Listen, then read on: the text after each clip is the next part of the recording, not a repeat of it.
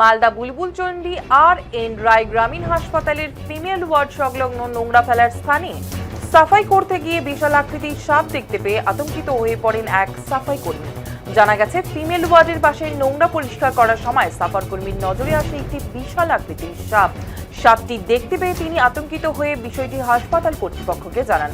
খবর ছড়িয়ে পড়তেই হাসপাতালের রোগী এবং তাদের পরিজনদের মধ্যেও আতঙ্ক তৈরি হয়। এরপর খবর দেওয়া হয় সর্পপ্রেমীকে। তিনি হাসপাতালে এসে দেখেন সাপটি ওয়ার্ডের শৌচাগারে আছে। তারপর নিরাপদে সাপটিকে উদ্ধার করেন। পরে সাপটিকে বন দপ্তরের হাতে তুলে দেওয়া হয়। সাপ উদ্ধারের পর স্বস্তি পেরে হাসপাতাল চত্বরে।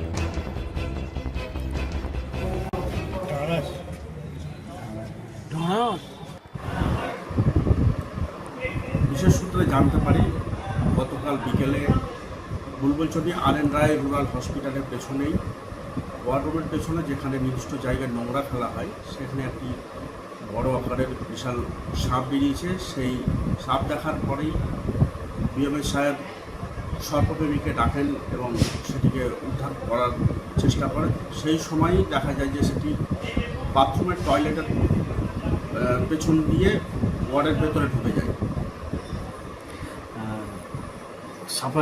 সর্পপ্রেমী এসে দেখেন যে ওই সাপটি ওই নোংরা জায়গা থেকে আবার শৌচালয়, ওয়ার্ডের শৌচালয়ে ঢুকে যায়। বিষয়টার সাপটি দেখা যায় যে যেখানে নোংরা ফেলার জায়গা, সেখান থেকে শৌচালয়ের ভেতর দিয়ে সাপটি ঢুকে যায় এবং সেখান থেকে সাপটিকে উদ্ধার করে। বর্তমানে বর্ষাকালে আমাদের এই গোটা ব্লক জুড়ে বিভিন্ন এলাকায় সাপের উপদ্রব দেখা যায়।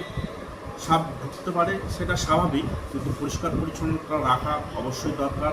এবং হসপিটালে একটি যেই নির্মাণ কাজ চলছিল সেটাই বন্ধ, কী কারণ আছে জানি না।